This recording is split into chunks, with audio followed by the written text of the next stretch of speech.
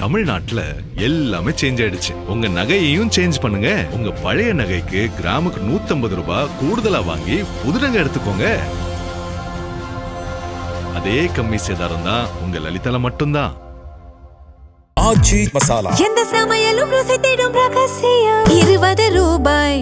இன்னைக்கு விஜய் சினிமாக்காரராக இருந்து அரசியல்வாதியாக மாறியதால் அவருடைய புகழ் உச்சத்தில் இருக்கிறது. நேரடியாக விஜய் அரசியல் ரீதியாக வீழ்த்த முடியாத அந்த விரக்தியில் இன்றைக்கு அவர்கள் தனி மனித தாக்குதலில் இறங்குகிறார்கள். யாரை பற்றியுமே எந்த பெண்ணை பற்றியுமே நீ தப்பாக பேசக்கூடாது. எந்த பெண்ணை பற்றி நான் பேசலன்னு சொல்கிறேன். இல்லை ஆர்எஸ் பாரதியை முட்டு கொடுக்குறாரு. அவங்க என்ன முதலமைச்சராக பிரதமரான அப்போ அது என்ன முரண்பாடு? ஒரு நடிகர் என்பதை மக்கள் அவர் நாடாளவும் தகுதியானவர் என்று முடிவு செய்து தான் ஓட்டு போட்டிருக்காங்க. இதை தான் இவங்க எம்ஜிஆருக்கு பண்ணாங்க. இப்போ வரைக்கும் கூட அசம்பிளியில் பேசும்போது, வெளியில் சட்டமன்றத்தை வெளியில் பேசும்போது, நேற்று கைது செய்யப்பட்டது இதை தன்னை தியாகம் பண்ணி தன்னை தான் பெரிய ஏதோ ஒரு நல்ல காரியம் பண்ணி அதுக்கு கவர்மெண்ட் தன்னை பழி வாங்கிச்சுன்ற மாதிரி பேசுகிறாரு. எதுக்காக தன்னை கைது பண்ணுறது நேரடியாக அவர் சொல்லவே இல்லை. இல்லை சட்டமன்றத்துக்கு வரக்கூடாது, வந்தால் கேள்விகள் கேட்பார் அப்படின்னா என்னங்க இதெல்லாம் ரொம்ப அபத்தமானது. அப்படியே கேள்வி கேட்டு ஒரு கவர்மெண்ட்டை கவுத்துருக்காங்க. சும்மா கதை அதெல்லாம். விஜயெல்லாம் வந்தால் நாடு நாசமாகிடும்னு சொன்னாங்க. ஆனால் அந்த 5 நாளில் கவர்னர் பண்ண அட்டூழியம் இருக்குது. ஆமாம். அப்போ வார்த்தை நம்மளே பார்த்தோம். நாங்கள் இது மக்கள் அவருக்கு தாங்க ஓட்டு போடுறது. அதுதான் இந்திய மக்களோட மனநிலை. இவங்க அதோட தான் விளையாடுறாங்க. இப்போ கவுத்துட்டா நீ வர மாட்டீங்க. ஆனால் ஒன்றுங்க, திமுகவின் ஷோ எழுதுவார் கடந்த காலங்களில். திமுகவின் எதிர்ப்பு எவர் ஒருவரையும் வளர்க்கும். தமிழக அரசியல் கடந்த 60-70 ஆண்டுகளாக வரலாறு. திமுக யாரையோ ஒருத்தர் எதிர்க்குதுன்னா அவங்க வளருவாங்க. விஜய் அவங்க போட்டு அடிக்க அந்த பூமராங்க ஆகும்ல, அந்த அடிக்க மேலே எழுதும். நீங்கள் என்ன பண்ணாலும் அவருக்கு சாதகமாக போகுது. அதை ஞாபகம் வச்சுக்கோங்க. நீங்கள் அவரை எதிர்க்க அவர் வளர்றாரு.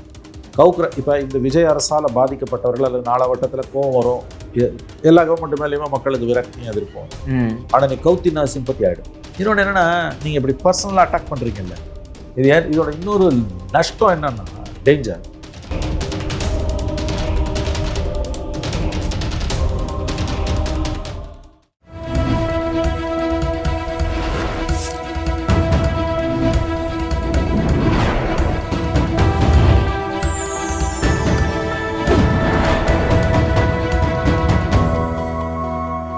சேனல் 5 தமிழ் நேயர்களுக்கு வணக்கம். இந்த நேர்காணலில் நம்மோடு இணைந்திருப்பவர் மூத்த பத்திரிகையாளர் திரு மணி அவர்கள். வாருங்கள் அவரோடு பேசுவோம். சார் வணக்கம் சார். சமீபத்தில் எதிர்க்கட்சித் தலைவர் உதயநிதி அவர்கள் இரட்டை அர்த்தத்தில் பேசிவிட்டார் அப்படின்னு சொல்லி விசாரணைக்காக தஞ்சாவூர் அழைத்து சென்றார்கள். மிகப்பெரிய பிரச்சனையாச்சு.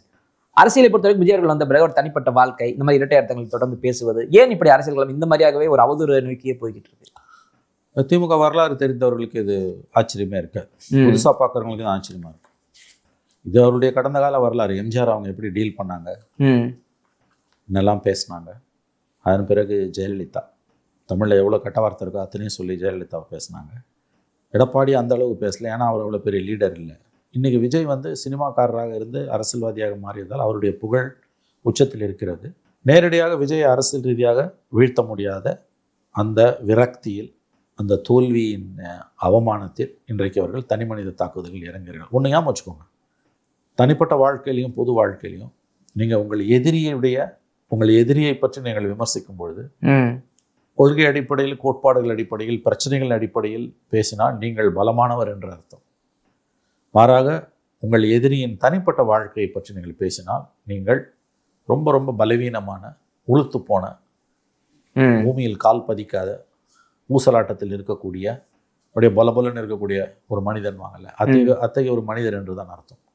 உங்கள் எதிரியை தனி மனித வாழ்க்கையிலும் பொது வாழ்க்கையிலும் நீங்கள் உங்கள் எதிரியுடைய கொள்கை, கோட்பாடுகள், சித்தாந்தங்கள், செயல்பாடுகள் அதன் அடிப்படையில் விமர்சனம் செய்தால் உங்களுக்கு பலம் இருக்கிறது என்ற அர்த்தம். நீங்கள் பலசாலி என்ற அர்த்தம். மாறாக உங்கள் எதிரியின் தனிப்பட்ட வாழ்க்கையை, அதுவும் ஒரு பெண்ணை இணைத்து பேசுவது என்பது அந்த பெண்ணுக்கும் இந்த அரசியலுக்கும் சம்மந்தமே கிடையாது. கரெக்ட். இதை தொடர்ந்து அவங்க செய்கிறாங்க. யாரை பற்றியுமே, எந்த பெண்ணை பற்றியுமே நீ தப்பாக பேசக்கூடாது. எந்த பெண்ணை பற்றியுமே. இப்போ அவங்க ஆர்எஸ் பாரதி கேட்குறாரு, இந்த பர்டிகுலர் லேடி அவங்கள பார்த்துட்டு அவங்க என்ன பிரதமரா முதலமைச்சரான அவசியமே இல்லை. அவங்களுக்கு தான் கண்ணியமா? தெருவில் காய்கறி விற்றுக்கொண்டு, பூ விற்றுக்கொண்டு தன் உழைப்பில் வாழ்கிற ஒரு பெண்மணி இருக்கிறாள் இல்லை, அவள் இந்த நாட்டின் பிரதமருக்கோ முதலமைச்சருக்கோ சற்றும் குறைந்தவள் அல்ல. அவருடைய கண்ணியத்தையும் பாதுகாப்பது அரசின் கடமை. அப்போ அவங்க பிரதமரா முதலமைச்சரான்ற கேட்கறது எவ்வளோ ஒரு திமிரு பிடித்த ஆணவமான வார்த்தை. இந்த குறிப்பிட்ட நடிகை அவர் என்ன பிரதமரா முதலமைச்சரா என்பது எவ்வளவு ஆணவ செருக்கு. இது எதுலேருந்து வருதுன்னா தோத்துட்டாங்க இல்லையா, அந்த மறுபடியும் அதே தாங்க. ஆமா, அந்த விரக்தி தான். அந்த விரக்தி தான். முடிவை ஏற்றுக்க முடியல, நம்ப முடியல, ஜீரணிக்க முடியல. அந்த விரக்தியில தான் நீங்கள் ஒன்று ஞாபகம் வச்சுக்கோங்க, உங்கள் எதிரி உங்களுக்கு சமமானவனாக இருக்கணும். உங்களுக்கு பதில் சொல்கிறதுக்கு அந்த சக்தி இல்லாதவங்களை அடிக்கிறத விட கோழத்தனம் எதுவுமே கிடையாது. வலியோனை எளியோன் அடித்தால் அடுத்த வார்த்தை என்ன? வலியோன் எளியோனை அடித்தால் இறைவன் அந்த வலியோனை அடிப்பான். கண்டிப்பா இயற்கைன்னு ஒன்று உண்டு. இந்த பேச்சுக்கள் எல்லாம் வந்து ரொம்ப தவறான பேச்சு. சட்டமன்ற எதிர்க்கட்சி தலைவர், பிரிட்டிஷ் சிஸ்டம் படி பார்த்தா அவர் வந்து ஷேடோ சீஃப் மினிஸ்டர். அவர் இப்படிலாம் பேசலாமா? அந்த பெண் நான் பேசலன்னா கதை அழகாதீங்க, கீழே இருக்கவன் கத்துறான், ரெட்ட அர்த்தத்தில் நீங்க பேசுனீங்களா இல்லையா? இது புரிய பேசலன்னு முதல்ல என்ன சொன்னாங்க, அமைதியா இருந்தானுங்க. அப்புறம் நான் பேசவே இல்லை, அது வந்து வெட்டி ஓட்டிட்டாங்க. அதுல கூட ஒரு நேர்மை இல்லை, நான் தான் பேசலன்னு சொல்றது. அப்புறம் எதுக்கு ஆர்எஸ் பாரதி முட்டு கொடுக்குறாரு? நான் பேசலன்னு சொல்றேன் இல்ல, ஆர்எஸ் பாரதியா முட்டு கொடுக்குறாரு? அவங்க என்ன முதலமைச்சரா பிரதமரான? அப்ப அது என்ன முரண்பாடு? அதான் இது எதுல இருந்து வருதுன்னா, எடப்பாடி கிட்ட தோல்வி அடைந்திருந்தால் கூட இந்த அளவுக்கு அவர்களுக்கு விரக்தி வந்திருக்காது. தோற்றது ஒரு புதியதாக வந்த ஒரு நடிகரிடம். ஒரு நடிகர் என்பதை மக்கள் அவர் நாடாளவும் தகுதியானவர் என்று முடிவு செய்து தான் ஓட்டு போட்டிருக்காங்க. இதை தான் இவங்க எம்ஜிஆருக்கு பண்ணாங்க. பேசாத 72லேருந்து 77 வரைக்கும் எம்ஜிஆர் கட்சி வச்சிருந்தப்ப அதிமுகன்னு எழுத மாட்டான், முறை சொல்லல. நடிகர் கட்சி தான் எழுதுவான். 77 எம்ஜிஆர் சிஎம் ஆன பிறகு தான் அதிமுகன்னு எழுத ஆரம்பிச்சான். அதே தான் வைகோ 93லேருந்து 96 வரைக்கும் துரோகி கட்சி தான் எழுதுவாங்க. அதுக்கு பிறகு தான் மதிமுகன்னு போட ஆரம்பிச்சான். இது என்னன்னா அவங்களுடைய கடந்த கால வரலாறு. அது அன்னைக்கு சோஷியல் மீடியா இவ்வளோ தூரம் இல்லை, நீங்கள் மக்கள் பார்த்துட்டு இருந்தாங்க. இப்போ பழசு தெரிஞ்சவங்களுக்கு இதில் ஒன்றும் புதுசு இல்லைன்னு தெரியும். இது ரொம்ப ஒரு சட்டமன்ற இது. ஆனால் இன்ன வரைக்கும் அவங்க தவறு உணரல. இப்போ வரைக்கும் இப்போ வரைக்கும் கூட அசம்பிளியில் பேசும்போது, வெளியில் வந்து சட்டமன்றத்தை வெளியில் பேசும்போது, நேற்று தான் கைது செய்யப்பட்டது ஏதோ தன்னை தியாகம் பண்ணி தன்னை செய்த தான் பெரிய ஏதோ ஒரு நல்ல காரியம் பண்ணி அதுக்கு கவர்மெண்ட் தன்னை பழி வாங்குச்சுன்ற மாதிரி பேசுகிறாரு. எதுக்காக தன்னை கைது பண்ணன்றது நேரடியாக அவர் சொல்லவே இல்லை. இல்லை, சட்டமன்றத்துக்கு வரக்கூடாது, வந்தால் கேள்விகள் கேட்பார் அப்படின்னு. என்னங்க இதெல்லாம் வந்து ரொம்ப அபத்தமானது. அப்படியே கேள்வி கேட்டு ஒரு கவர்மெண்ட்டை கவுத்துருக்கலாம் நீங்கள். சும்மா கதை, அதெல்லாம் வீடியோவில் இருக்குது. ஆமாம், அதுவே பேசுது. நான் தான் சொன்னேன், நீ வந்து நேரடியாக யாரோட மோதிரியோ உங்கள் எதிரி உங்களுக்கு பலமானவனாக இருக்கணும். நீங்கள் பவர்ஃபுல்லான இடத்துல இருக்கீங்க, பெரிய கட்சி உங்கள் பின்னால் நிற்குது, சட்ட பாதுகாப்பு இருக்குது, பணம் லட்சம் கோடிக்கு மேலே உங்களுக்கு இருக்குது. ஒரு நடிகையை பற்றி அப்படி ஆபாசமாக பேசுறதும், அதை ரசிக்கிறதும், அப்புறம் நான் பேசவே இல்லைன்றதும். நீங்கள் பேசவே இல்லைன்னா ஆர்எஸ் பாரதியா வக்காலத்து வாங்குறாரு? பிரதமரா முதலமைச்சரா நீங்க கேள்வி கேட்குறாரு. அந்த அறிவு நேர்மை இல்லைல்ல. ஆனால் ஒன்றுங்க, திமுகவின் ஷோ எழுதுவார் கடந்த காலங்களில், திமுகவின் எதிர்ப்பு எவர் ஒருவரையும் வளர்க்கும். தமிழக அரசியல் கடந்த 60-70 ஆண்டுகளாக வரலாறு. திமுக யாரே ஒருத்தர் எதிர்க்குதுன்னா அவங்க வளருவாங்க. தமிழ்நாடு அரசோட மையக்கரு இது. விஜய் அவங்க போட்டு அடிக்க அந்த பூமராங் ஆகும் இல்லை, அந்த அடிக்க மேலே எழும்பும். 5 வருடங்கள் ஆக்கப்பூர்வமான எதிர்க்கட்சியாக செயல்படுவதை தவிர திமுகவுக்கு மாற்று வழி இல்லை. மாறாக அவர்கள் இந்த மாதிரியான வேலைகளில் தொடர்ந்து ஈடுபடுவார்களே. ஆனால் இப்போ இந்த கவர்மெண்ட் கவுந்துருதுன்னே வச்சுக்கோங்களேன், அடுத்து யார் வருவா? திமுக வராது. யாருக்கும் மெஜாரிட்டி இல்லாமல் குளறுபடி ஆகலாம், இல்லை விஜய் 200 சீட் அடிக்கலாம். ஒரு ஃபுல் 5 இயர்ஸ் நீங்கள் பவர் இல்லாமல் இருந்தால் தான் மக்களுக்கு அடுத்தவங்க உங்களை ஓட்டு போடலாமான்னு யோசிப்பாங்க. கவுக்குற இப்போ இந்த விஜய் அரசால் பாதிக்கப்பட்டவர்கள் அல்லது 4 வட்டத்தில் கோவம் வரும், எல்லா கவர்மெண்ட் மேலேயுமே மக்களுக்கு விரக்தியும் எதிர்ப்பு வரும். ஆனால் நீ கவுத்தினா சிம்பத்தி ஆகிடும். மே 4ஆம் தேதியிலேருந்து 10ஆம் தேதி வரைக்கும் 9ஆம் தேதி வரைக்கும் விஜய்க்கு ஓட்டு போடாதவன், விஜய் வந்தால் நாடு நாசமாக போயிடுன்னு சொன்னவனே, ஏங்க அவரு தாங்க கூப்பிடணும் ஆட்சி அமைக்கிறதுக்கு. அவர் 107 சீட்டு வச்சிருக்காரு, இவனுங்க 2 பேரும் சேர்ந்து அமைப்பாங்க, என்ன அங்கே அதுன்னு பேச ஆரம்பிச்சான். கரெக்ட். அவன் விஜய்க்கு ஓட்டு போடல, திமுக அதிமுக போட்டான், சீமானுக்கு போட்டான், இல்லை ஓட்டே போடாமல் இருந்தான், நோட்டாவுக்கு போட்டான். விஜயெல்லாம் வந்தால் நாடு நாசமாயிடும்னு சொன்னான். ஆனால் அந்த 5 நாளில் கவர்னர் பண்ண அட்டூழியம் இருக்குல்ல. ஆமாம். அப்போ வார்த்தை நம்மளே பார்த்தோம், என்னங்க இது, மக்கள் அவருக்கு தாங்க ஓட்டு போடுறாங்க. அதுதான் இந்திய மக்களோட மனநிலை. இவங்க அதோட தான் விளையாடுறாங்க. இப்போ கவுத்துட்டா நீ வர மாட்டியா? இப்போ இருக்கிறதும் போடுங்க. 107ன்றது 157 59 எங்க போய் நிற்கும்? ஆனால் அதை பற்றி கவலை இல்லை அவங்களுக்கு. ஆகவே இந்த மனநிலை டே 1லேருந்து இது அவங்க எடப்பாடி இதை சந்திச்சதில்லை, ஸ்டாலின் சந்திச்சதில்லை, இவர் சந்திக்கிறார். அப்போ அவங்க தப்புலாம் எப்படி பண்ணுறாங்கன்னா, அவங்களால மெஜாரிட்டி இல்லைன்னும் போது கவனம் பூரா மண்டையில் அதுதான் ஓடிட்டு இருக்கும். எவன் எம்எல்ஏ போகிறான், எவன் கவுத்துருவான். கரெக்டா? ஆட்சியை காப்பாற்றுறதா, மக்களுக்கு செய்கிறதா? அது எப்படின்னா, ஒரு லைஃப் த்ரெட்னிங் டிசீஸ், உயிருக்கு ஆபத்தான நோய் ஒரு மனிதனுக்கு வந்திருக்கு அப்படின்னா அவனால தன்னுடைய சுய முன்னேற்றத்தை பற்றி யோசிக்கவே முடியாது. அவன் கவனம் பூரா வியாதி எப்போ குணமாகும் இல்லை எப்போ செத்துருவான்ற எண்ணத்திலே தான் இருப்பான். அந்த மாதிரி தனி மெஜாரிட்டி இல்லாத கவர்மெண்ட் எல்லாம் ஒட்டு போட்ட துணி மாதிரி தான் இருக்குது. எப்போ வேணா கவரலாம், அந்த வாய்ப்பு நான் மறுக்கல. கவனம் பூரா அதில் இருக்கும், வேற வளர்ச்சி திட்டங்கள்ல கவனம் செலுத்த முடியாது. இது வந்து ஒரு சாபக்கேடு. இது வந்து யாருக்குமே தமிழ்நாட்டில் இதுக்கு முன்னால இருந்ததில்லை. ஃபார் த ஃபர்ஸ்ட் டைம் விஜய்க்கு இருக்குது. அப்போ இதுக்கு மத்தியில் சாதிச்சார்னா அதுதான் சாதனை. நீ 135 சீட்டு வாங்கி அதை பண்ணிடுவாருன்னு தான் இந்த அளவுக்கு நீங்க என்ன பண்ணாலும் அவருக்கு சாதகமா போகுது. அதை ஞாபகம் வச்சுக்கோங்க. நீங்க அவரை எதிர்க்க அவர் வளர்றாரு. இந்த கவர்மெண்ட்ல தப்பு நடக்குது, நிறைய நடக்குது. ஆனா ஆட்சியை கவுக்குற முயற்சி எதுக்கு நீ போற? கவுந்துருன்றது என்ன பேச்சு? கல்யாண வீட்டுல போய் கலைஞ்சிரும் கல்யாண தாலியே கட்டல, அதுக்குள்ள கலைஞ்சிரும் கலைஞ்சிரும் எண்ணம் போல் வாழ்வு. 108 முறை மந்திரம் சொல்வது போல சொல்லி அவங்களுக்கு 8 முறை மந்திரம் சொல்ற மாதிரி கலைஞ்சிரும் கவுந்துரும்னா அதே தாலியா ஏறல, அதுக்குள்ள கவுந்துரும்னா என்னடா? இது என்ன ஆயிடும்னு கேட்டீங்கன்னா கேலி பொருளா மாறிடும்.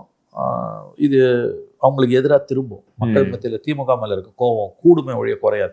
விஜய் மேல கோபமும் விரக்தியும் வரும்போது கூட 3 வருஷம் பொறுத்தோம் 4 வருஷம் பொறுத்தோம் அந்த ஓட்டு வந்து திரும்ப திமுக போவாது. ஆல்டர்னேட்டிவ் வேற தான் தேடி போகும். கண்டிப்பா போவோம். மறந்துடாதீங்க, அண்ணாமலை வந்துகிட்டே இருக்காரு.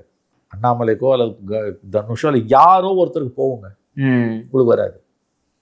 இதை புரிஞ்சுக்கணும். அவங்க இப்படிப்பட்ட ஒரு தோல்வி வருதுன்னா முதல் ஒரு ஆண்டாவது அமைதியா இருக்கணும்.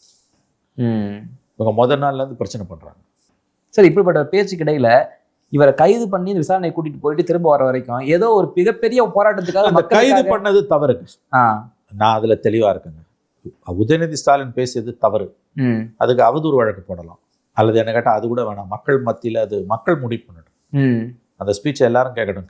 டிஜிட்டல்ல எல்லாருமே பார்த்துட்டு மாதிரி வந்து திமுக ஆபாச பேச்சுக்கள் பேசும்போது ஒரு 20 வருஷத்துக்கு முன்னால மேடையில பேசிட்டு போயிடுவாங்க அவங்க ஸ்பீக்கர்ஸ் எல்லாரும். ஒரு பெரிய பட்டாளமே இருந்தது. வெற்றி கொண்டான், ஆடல் அரசு, நன்னில நடராசன், வண்ணை ஸ்டெல்லா, தீப்பொறி ஆறுமுகம், இந்த மாதிரி ஒரு பெரிய லிஸ்டே இருந்தது. இப்ப சிவாஜி கிருஷ்ணமூர்த்தி இருக்காரு, தண்டிக்கவே பட்டிருக்காரு நீதிமன்றத்தால, கன்விக்டட். ஆனாலும் பேசுறாரு. மக்கள் முடிவு பண்ணுவாங்க. நீங்க அதை விட்டுட்டீங்கன்னா கைது பண்றதுன்றது தவறான நடவடிக்கை, கண்டிப்பா செஞ்சிருக்க கூடாது. ஆனா சார் அந்த அதுலதான் என்ன ஆகி போச்சுன்னா இவங்களுக்கு கவர்மெண்டோட நியாயம் வந்து கீழே போயிடுச்சு. நீங்க இது கைதுக்கான நடவடிக்கை கிடையாது. இது நிச்சயமா கைதுக்கான நடவடிக்கை கிடையாது. இது கைதுனா இப்ப சிவாஜி கிருஷ்ணமூர்த்தி மாதிரி கோர்ட்ல கேஸை நடத்தி ஜட்ஜ்மெண்ட் வந்து ஜெயிலுக்கு போறது வேற. விசாரணை கைதியா நடத்த, ஏன்னா டிஜிட்டலா இருக்குங்க. அவர் என்ன பேசினார், எதை விசாரிக்க போற? நீ விசாரிச்சு உனக்கு ஏதாவது ஆக போறதா தான் நீ விசாரிக்கலாம். அவர் விசாரிக்க வேண்டிய அவசியமே இல்லை. ஓப்பனா இருக்குது எல்லாமே. அதை வந்து ஒட்டி வெட்டினாங்கலாம் அவர் மாற்ற முடியாது. ஃபாரன்சிக் அனுப்புனா தெரிய போகுது இல்லையா? ஆமா. எத்தனை வீடியோ வந்து 1 லட்சம் பல லட்சம் வீடியோ பார்த்துருப்பான் எல்லாரும். அந்த வீடியோ அப்படியே தான் இருக்குது. எதுக்கு கைது பண்ண வேண்டிய அவசியமே இல்லை. இப்போ அவங்க சுதந்திர போராட்ட தியாகியா மாத்திட்டாங்க அவரை. தஞ்சாவூர்லேயே திமுக ஸ்ட்ராங்கு. அவர் வரும்போது மாலையார் எதுக்கு போயிட்டு புதுசா ஃபாரின்ல இருந்து ஒருத்தன் வரான், ஒரு ஃபாரினர்னா இந்த அரசியல்வாதிக்கு இவ்வளவு பெரிய வரவேற்புன்னா ஏதோ நாட்டுக்கு நல்லது பண்ணிட்டு வந்தாரா? அந்த பார்வை தான் சார் கேட்குறேன். அப்ப என்ன பண்ணுவாங்க, எதுக்காக கைது எதுக்காக வரவேற்புன்னா இதை சொல்றதுக்கு அசிங்கமா இல்லை. ஒரு நடிகை அவரை பத்தி இப்படி ஆபாசமா பேசினதால கைது வந்து கடைசியில செல்லுபடி ஆகல, ஜாமீன்ல விட்டாங்க. அதுக்கு அவருக்கு வரவேற்பு. என்னங்க தியாகம் பண்ணிட்டு போனாருன்னா காரி துப்ப மாட்டான் ஃபாரினர் பார்த்தானா? இதான்றைய தமிழ்நாடு. ஒட்டுமொத்தமா எல்லாருமே அசிங்கமா பேசுறாங்க. திமுக மட்டும் கூட குறை சொல்றது வேஸ்ட். இதுல உதயநிதி கொஞ்சம் அதிகமா போறாரு. கம்யூனிஸ்டுகளை தவிர 2 இடதுசாரிகளை தவிர மற்ற எல்லாரும் ஆபாசமா பேசுறவங்க கட்சியில இருக்காங்க. காங்கிரஸ்ல இருக்கான், திமுகல இருக்கான், பிஜேபியில இருக்கான், அண்ணா திமுகல இருக்கான், மதிமுகல இருக்கான், பாமகல இருக்கான், தேமுதிகல இருக்கான். பெண்களை கொச்சையாக இழிவாக கேவலமாக பேசக்கூடியவர்கள் 2 இடதுசாரிகளை தவிர மற்ற எல்லா கட்சியிலையும் இருக்கான். கூட குறையா இருப்பான். திமுக நிறைய பேர் இருக்கான். இன்னைக்கு விஜய் கவர்மெண்ட் வந்தோன்னா அதை முழு நேர தொழிலா எடுத்துட்டு பேச ஆரம்பிச்சிட்டாங்க. அவ்வளவுதான். இல்ல இந்த காரணத்துக்காக தான் சார் நான் சின்ன பிள்ளையா இருக்கும்போது வந்து அரசியல் சாக்கடைன்னு சொன்னது காரணம் இதானோ? அது இது மட்டும் இல்லை, வார்த்தை இல்லை. லஞ்சம் வாங்குறது, ஊழல், இது எல்லாம் கலந்துதான். வெறும் இந்த வார்த்தையால கிடையாது.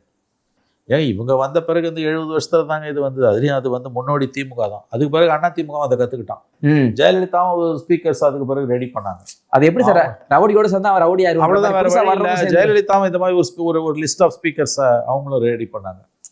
அடி வந்தா பதிலடி கொடுக்கணும்ட்டு அது சகஜமா போச்சு. அப்புறம் எடுத்தடுப்புலயே வந்து ஒரு விமன் வந்து சாஃப்ட் டார்கெட் இல்லை. மக்கள் பிரச்சனைகள்ல இருந்து திசை திருப்பறதுக்கும் தோல்வி அடைந்த விரக்தியிலிருந்து தப்பிப்பதற்கும் அதுக்கு தான் இது பயன்படும் உங்களுக்கு வந்து. இதனால என்ன லாபம்? இன்னொன்று, ஆபாசமாக பேசி அதுலேயே மூழ்கி முத்தெடுத்தவங்க தான் திமுக, அதிமுக 2 பேருமே. அதில் குறிப்பாக திமுக. ஆனால் இன்னைக்கு காலம் மாறி இருக்கு. நான் சொல்கிறேன், இப்போ நான் சொன்ன அந்த ஸ்பீக்கர்ஸ் எல்லாம் திமுகவில் ஒரு பெரிய பட்டாளமே இருந்தது. அன்னைக்கு சோஷியல் மீடியா கிடையாது. கரெக்ட். அன்னைக்கு கூட்டத்தை பார்க்குறவனை தவிர, ஏன்னா பெரும்பாலான மீடியா அதை ரிப்போர்ட்டும் பண்ணாது. மெயின் ஸ்ட்ரீம் மீடியா ரிப்போர்ட் பண்ணாது. ஏதாவது அக்கப்பூர் பத்திரிகையில் வேணால் ஒரு காலம் வரும், அது ஒரு ஃபுல்லாலாம் வராது. புரியுதுங்களா? அதனால அந்த அரசியல் ஆர்வம் உள்ள மனிதர்கள் தான் அந்த கூட்டங்களுக்கு போவாங்க. அதை போய் பார்க்கறதுக்குன்னு ஒரு கூட்டம் இருக்கும், அரிப்பை சோற்றிக்கிறதுக்கு. திமுக பிடிக்காதவங்க கூட போய் பார்ப்பான் அது, ஏன்னா ஆபாசமாக பேசுகிறான்ட்டு. அன்றைக்கி அதனால் வந்து பெரிய அளவில் பாதிப்புகள் இல்லை. இன்னைக்கு we are all digitally in the digital world, we are all naked இல்லையா? அதில் அடுத்த நொடி உலகம் பூரா போகுது. ஆமாம். அப்போ இதோட தாக்கம் எவ்வளோ தூரம் இருக்கும்? அதனால் அந்த ஸ்ட்ராட்டஜி இப்போ பயன்படுத்தக்கூடாது. இன்னொன்று என்னென்னா, நீங்கள் இப்படி பர்சனலாக அட்டாக் பண்ணுறீங்கல்ல, இதோட இன்னொரு நஷ்டம் என்னன்னா, டேஞ்சர், இந்த கவர்மெண்ட்டில் நடக்கக்கூடிய பல தவறுகள் இருக்குல்ல, அது தெரியாமல் போயிடுது. அது தெரியாமல் போயிடும். அது மட்டும் இல்லாமல் வந்து நீங்கள் சொல்லும் போது அதுக்கு மரியாதை இல்லாமல் போயிடும். ஓகே, அவங்க பச்சை பேசி நடக்கிறாங்க. அவங்க என்ன தப்பு பண்ணாலும் அரசு தரப்பில் அவங்க மேலே ஒரு பரிதாபம் வந்துடும். இன்னொன்று நான் சொல்கிறேன், நீ இந்த மாதிரி ஆபாசமாக பேசுகிறதால வந்து அந்த நேரம் கை கொட்டி சிரிக்கிறவன் ரசிக்கிறவன் கூட ஓட்டு போட மாட்டான். அது மனித உளவியல். ஆபாசமாக பேசுகிறத அந்த நேரம் ரசிப்பான். கட்சிக்காரனை விடுங்க, அவன் பேசினாலும் பேசாட்டியும் போட்டுருவான். பொதுஜன ஓட்டு தானே வந்து மெஜாரிட்டி. ஆமாம். ஆபாச பேச்சுக்களை ரசிக்கிறவங்க கூட ஓட்டுன்னு வரும்போது ஆபாச பேச்சாளருக்கும் அந்த கட்சிக்கு போட மாட்டாங்க. ரெண்டாவது, இன்னைக்கு இருக்க மாடர்ன் டிஜிட்டல் வேர்ல்டில் திமுகவால் எப்படி இவ்வளோ வல்கரா தொடர்ந்து நடந்துக்க முடியுதுன்னு புரியல. இல்லை சார், நம்ம பார்த்தோம் டெல்லியில். ஆமாம், இவ்வளோ பெரிய அதாவது வந்து போலீஸ் லட்டி சார்ஜ் வந்து இதுக்கு முன்னால் போலீஸ் சொல்கிறத மட்டும் நம்ம நம்புவோம். ஏன்னா மெயின் ஸ்ட்ரீம் மீடியா போலீஸ் சொல்கிறத தான் வீடியோவில் காட்டும். இன்னைக்கு இன்ஸ்டாலையும் சோஷியல் மீடியாக்கு நார்னரா கீழ்தான் லட்சக்கணக்கான வீடியோஸ் செகண்ட் வீடியோ வந்துகிட்டே இருந்தில்ல. கவர்மெண்ட்டையும் மோடியே இறங்கி வந்தார்ல, இறங்கி வராத மோடி இறங்கி வராரு. ஏன்னா சோஷியல் மீடியால அவங்க ஓட் பேங்க் மத்தியில் அது போயிடுச்சு. அப்ப எதையும் யாரும் யாருக்கிட்டையும் மறைக்க முடியாது. இப்படி ஒரு ஆபாச பேச்சை நீ பேசுறன்னா அது மக்கள் மனசுல போய் தைக்கும். அப்ப இதுல இருக்க ஆபத்து நான் சொல்ல வருதுன்னா, இந்த கவர்மெண்ட்ல இன்னும் 6 மாசம் 1 வருஷத்துல சிக்கல்கள் வரும்போது, பிரச்சனைகள் வரும்போது நீங்க பேசுனீங்கன்னா உங்களுக்கு மரியாதை இருக்காது. சார், இந்த சோசியல் மீடியா அப்படின்றது இன்றைய அரசியல் காலகட்டத்தில் தமிழகத்தில் எந்த அளவுக்கு இம்பாக்ட், இதுக்கப்புறம் இதான ஃபுல்லாவே நீ கொடுக்க போகுது? இதுதாங்க இன்னைக்கு விஜய் கவர்மெண்ட் வந்தது அதுல தானே, இதுல தான். இப்ப அது வந்து அதுதான் அங்கதான் ஃபைட்டே நடக்குது இப்ப உங்களுக்கு. ஆனா வெளியில இருக்க உணர்வுகளின் வெளிப்பாடு அது. அங்க இருந்துட்டு இங்க வரல, சமூகத்துல இருந்துட்டு அங்க போகுது. சமூக வலைதளத்துல இருந்து சமூகத்துக்கு வரல, சமூகத்துல இருந்து சமூக வலைதளத்துக்கு போகுது.